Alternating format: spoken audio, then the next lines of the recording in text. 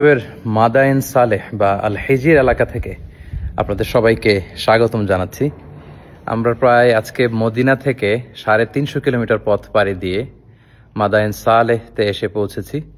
এইখানে মূলত সামুদ জাতিগোষ্ঠীর বসবাস ছিল, যাদের হেদায়েতের জন্য আল্লাহ তাআলা সালেহ আলাইহিস সালামকে নবী করে প্রেরণ করেছিলেন। এবং সামুদ জাতির বৈশিষ্ট্য ছিল তারা পাথর বেষ্টিত এলাকায় তাদের জনপদ ছিল এবং পাথরকে খোদাই করে, পাথরের মধ্যে শিল্পকর্ম করে, খোদাই করে, ডিজাইন করে তারা পাথরের ভেতরে তাদের বসবাস স্থাপন করেছিল।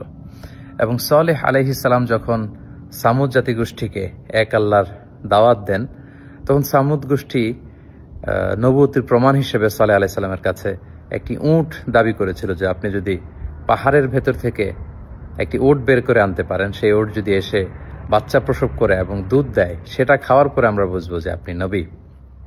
এবং তিনি দোয়া করলেন সালেহ আলাইহিস সালাম আল্লাহর কাছে।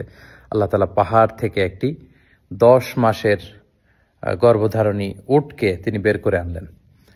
কিন্তু সালেহ আলাইহিস সালামের উম্মত সামুদ জাতি এটা দেখেও তারা বিশ্বাস করলো না এবং উটটিকে হত্যা করলো কিছুদিন পরে। এবং তাদের এই ধৃষ্টতার জবাব হিসেবে, শাস্তি হিসেবে আল্লাহ তাআলা জিবরিল আলাইহিস সালামকে পাঠালেন।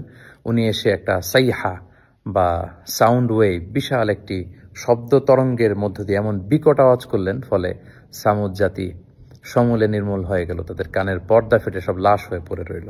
এবং সালেহ আলাইহিস সালাম পরবর্তীতে মুমিনদেরকে নিয়ে মক্কাতুল মুকাররমাতে চলে গেলেন। প্রিয় সুধী, এই হিজির এলাকাতে যদি আপনারা আসেন, বা যেটাকে মাদায়েনে সালেহ বলা হয়, এখানে বিশাল বিশাল পাহাড় দেখা যাবে, কিভাবে পাহাড় খোদাই করে তারা তাদের বসতি নির্মাণ করেছিল, কিভাবে তারা এখানে ছিল।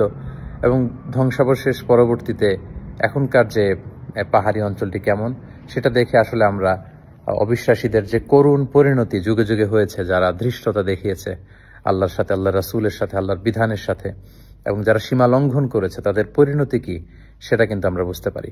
এবং তাদের এই পৃথিবী থেকে বিদায় নেয়ার পরে কেমন রয়ে গেল ইতিহাসের চিহ্ন হয়ে এই মাদায়েনে সালেহ বা হিজির এলাকাটি, সেটি পরিদর্শনের জন্য আমরা এসেছি। আল্লাহ তাআলা কোরআনে বলেছেন, ফানদুরু কাইফা কানা আকিবাতুল মুকাজ্জিবিন, তোমরা পৃথিবী ঘুরে বেড়াও এবং অবিশ্বাসীদের সাথে আল্লাহ তাআলা যারা মিথ্যা প্রতিপন্ন করেছে আল্লাহর বিধানকে, আল্লাহর আইনকে, তাদের সাথে আমি কি আচরণ করেছি সেটা তোমরা ঘুরে দেখো এবং সেখান থেকে তোমরা শিক্ষা নাও।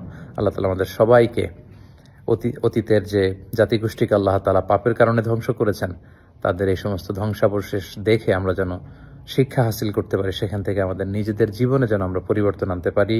আল্লাহ তাআলা আমাদের সবাইকে সেই ব্যাপারগুলো বোঝার এবং আমল করার তৌফিক দান করুক। সৌদি আরবের মাদায়েনে সালেহ এলাকা থেকে বিদায় নিচ্ছি। আসসালামু আলাইকুম ওয়া রাহমাতুল্লাহি ওয়া বারাকাতুহু।